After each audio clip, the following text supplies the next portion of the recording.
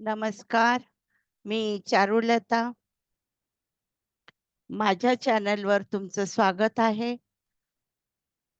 आपण ती कोण होती ही गोष्ट ऐकतो आहे. आपण 10 भाग पूर्ण केले. आता राधा मावशी मैथिली त्यांना कशी मिळाली हे सांगतायत. हा 11वा भाग. खरं तर त्या आश्रमात मुलांकडे पाहिजे तेवढं लक्ष कोणाचेच नसायचे. मुलांनी अंघोळ केली काय, नाही केली काय, जेवले काय, नाही जेवले काय, कंपाऊंडच्या बाहेर सुद्धा मुलं जायची. तशातच एक छोटी मुलगी माझ्या पायाला धरून उभी राहिली. दोन्ही हात वर करून रडत होती. मी तिला पटकन उचलून कडेवर घेतलं, तर तिचं अंग खूप तापलेलं होतं. मी लगेच तिथल्या व्यवस्थापकाकडे गेले. त्यांना सांगितले, "हिला फार ताप आहे." व्यवस्थापकाने आमच्याकडे बघितलं पण नाही.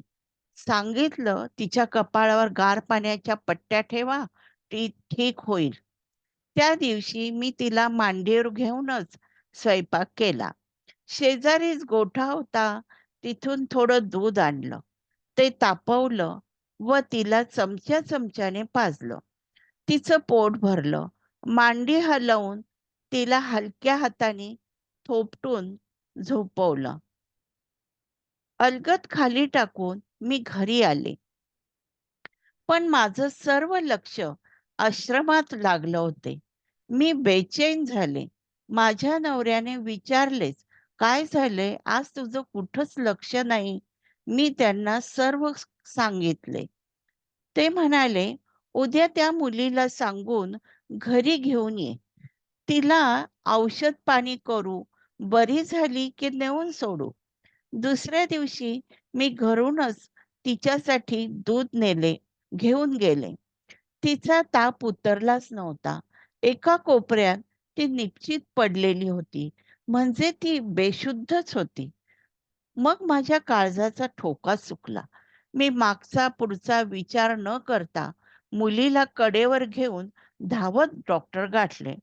डॉक्टर म्हणाले, "अजून थोडा वेळ झाला असता तर बाळ हाताला लागलं नसतं. मुलीला हॉस्पिटलमध्ये ॲडमिट करावं लागेल." मी तिला ॲडमिट केलं.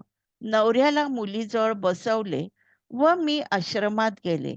मनात धाकधूक होतीच. आश्रमातले लोक काय म्हणतील? पोलीस केस करतील का? पण तसं काहीच झालं नाही. मी आश्रमात गेले. तिथे रोजच्या सारखंच वातावरण होतं. आश्रमातली एक मुलगी कमी झाली हे सुद्धा त्या लोकांच्या खिसगंतीत नव्हतं. मी मुद्दाम संध्याकाळपर्यंत थांबले, पण त्या मुलीचा कोणी साधा उल्लेख केला नाही. संध्याकाळी मी हॉस्पिटलमध्ये पोहोचले. तेव्हा तिला डिस्चार्ज मिळाला होता. मला व माझ्या नवऱ्याला समजेना, हिला आश्रमात सोडलं तर ते लोक तिला व्यवस्थित औषध देतील का? तिच्याकडे लक्ष देतील का? काय करावं? काय करावं? एक मन म्हणत होतं, न सांगता तिला ठेवून घेणं म्हणजे चोरी आहे. दुसरं मन म्हणत होतं, कुठे त्या लोकांचं लक्ष आहे मुलांकडे? ठेवून घे. ही चोरी नाही. पहिलं मन म्हणालं, ही चोरीच आहे. दुसरं मन म्हणालं, आपल्याकडे राहिलं तर मुलीचं भलं आहे. पहिलं मन म्हणालं, हो, मुलीचं तर भलं आहे, म्हणून चोरी करायची. शेवटी वाईट मनाचा विजय झाला. मुलगी माझ्याकडे होती. मी रोज आश्रमात जाऊन स्वयंपाक करत होते, पण मला कोणी काहीच विचारले नाही किंवा तिथे मुलगी नाही याची वाच्यताही नव्हती. मग मी व माझ्या नवऱ्याने 40 गाव सोडलं व अडगावात आलो. आता माझा नवरा व मी ताठ मानेने सांगत होतो, "मैथिली आमची मुलगी आहे." सावकारीन म्हणाल्या, "मैथिली हे नाव तुम्ही दिलं का तिला?" मावशी म्हणाल्या, "नाही, तिला आश्रमात मैथिलीच म्हणायचे. मग तेच नावाने आम्ही तिला हाक मारत होतो." सावकारीन म्हणाल्या, आता बाळ आश्रमात जावं लागेल. मावशी म्हणाल्या, "मग तर मला पोलीस पकडतील." दादा म्हणाला, "तसं काही होणार नाही. आपण त्यांच्यावर केस करू. एक मुलगी गायब झाली तरी त्यांना माहीत नाही. तू घाबरू नको. मी करेल सर्व बरोबर." दादाने आश्वासन दिले. मावशींना घेऊन सर्वजण 40 गावच्या रस्त्याला लागले. सर्वजण व्यवस्थापकाच्या कॅबिनमध्ये बसले. व्यवस्थापकाने सर्व बोलणं ज्ञानेश्वरचं शांतपणे ऐकून घेतले. व्यवस्थापकाने हं, हं म्हणून एक लांब सुस्कारा सोडला आणि राधा मावशींकडे बघून म्हणाला, "मैथिली कशी आहे?" राधा मावशी आणि तिचा नवरा दोघंही चमकलेत. मग राधा मावशी म्हणाली, "तुम्हाला माहिती होतं?" व्यवस्थापक म्हणाला, "हो, माहिती होतं. मी पण विचार केला, तुम्हाला मूलबाळ नाही, चांगलं सांभाळाल तिला. तुम्ही घरी नेलं, मी रजिस्टरमध्ये नोंद केले. राधाबाई पाटलांनी मैथिलीला दत्तक घेतले." राधा मावशीने त्यांना कृतकृत्य होऊन नमस्कार केला. त्याच वेळेस व्यवस्थापकाने दादाकडे अशा काही नजरेने पाहिले, की तुम्ही सांगितल्याप्रमाणे केले. दादांनी पण त्याच्याकडे बघून फक्त मान डोलावली.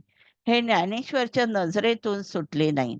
नंतर व्यवस्थापक म्हणाला, "काय आहे, मैथिलीची मी तुम्हाला काहीच माहिती देऊ शकत नाही. कारण मैथिली ही नाशिकच्या वात्सल्य आश्रमातून आली. त्या आश्रमाला आग लागली होती. म्हणून तिथल्या मुलांना हलवलं व वेगवेगळ्या आश्रमात पाठवले. पण तुम्ही तिथे गेले तर ते माहिती देऊ शकतील." दादाने त्या आश्रमाला 10 लाखाची देणगी दिली व तिथून सर्वजण नाशिकला निघाले. राहुल आणि दादा व इतर सर्वजण म्हणाले, "उद्या नाशिकसाठी निघूया." पण ज्ञानेश्वर म्हणाला, "आत्ताच निघायचे." दादा म्हणाले, "उद्या निघालो तर तुला काय प्रॉब्लेम आहे?" ज्ञानेश्वर म्हणाला, "फार मोठा प्रॉब्लेम आहे. मेखलाच्या घरी डॅडने माझ्याकडे असं काही पाहिलं, की माझ्या डोक्यावर परिणाम झाला." राहुल आणि दादा यांनी एकमेकांना टाळ्या देत खो खो हसायला लागले. ज्ञानेश्वर म्हणाला, "काय या तिघींनी गोंधळ घातलाय? या खरंच एकमेकीच्या बहिणी आहेत, की फक्त दैवाने यांना एकसारखं बनवलं आहे? बरं, या तिघींना बघणारा मी एकमेव प्राणी."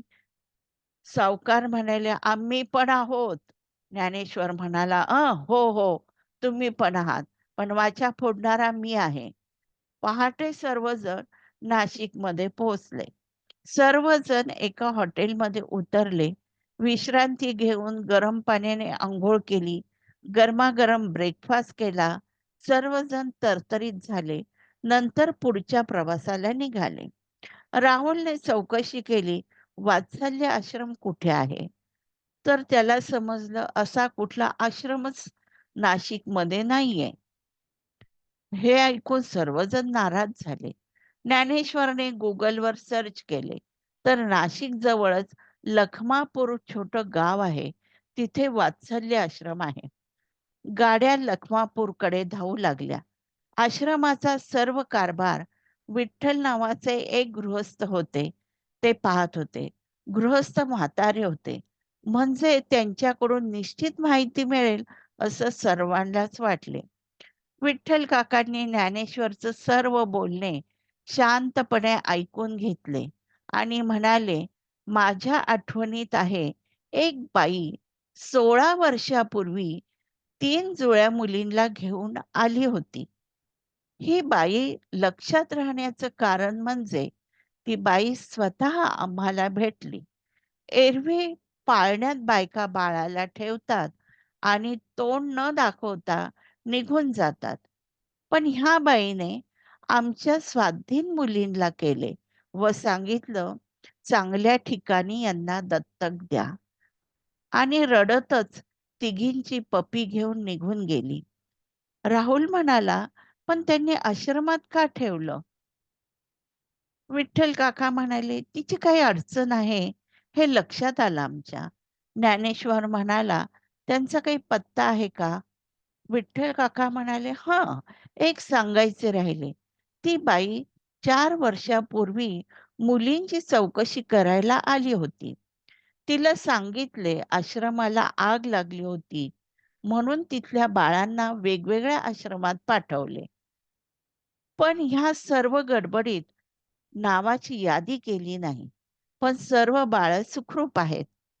विठ्ठल काका म्हणाले, "त्या बाईला मुली परत पाहिजे होत्या. पण आमच्याजवळ मुलीच नव्हत्या. मी सांगितले त्यांना, तुमचा पत्ता देऊन ठेवा. मुली कुठे आहे समजल्या की तुम्हाला कळवतो." त्यानंतर बाई 3-4 वेळेस आल्या. आम्हीही मुलींचा शोध घेत होतो. पण आश्रमही नव्याने उभा करायचा होता. मग कोणी आश्रमाला देणगी आणून देत होते. मग ते लांबणीवर पडलं. तशा त्या बाई जवळपासच राहतात. असं म्हणत विठ्ठल काकांनी त्यांचा पत्ता ज्ञानेश्वरच्या हातात हातात दिला. गाड्या एका घरापुढे थांबल्या. गाड्यांचा आवाज ऐकून दार उघडून एक शेलाट्या बांध्याची बाई दार उघडून बाहेर आली. ती बाई दारातच प्रश्नार्थक मुद्रेने उभी राहिली. विठ्ठल काकांनी मेधाला व मेखलाला दोघींचे हात धरून त्या बाईपुढे नेले. ती बाई म्हणाली, "विठ्ठल सर तुम्ही?" त्या बाईने दो दोन्ही दोघींकडे बघितले आणि तिचा बाण फुटला. दोन्ही मुलींना घट्ट मिठी मारून त्यांची पप्पी घेऊन हमसून हमसून ती रडत होती. हे दृश्य बघून सर्वांच्या डोळ्यात पाणी आले. मी 10वा भाग इथेच थांबवते आहे. तुम्हाला जर माझी कथा आवडली असेल, तर माझ्या चॅनलला लाईक करा, शेअर करा, सबस्क्राईब करा. नमस्कार.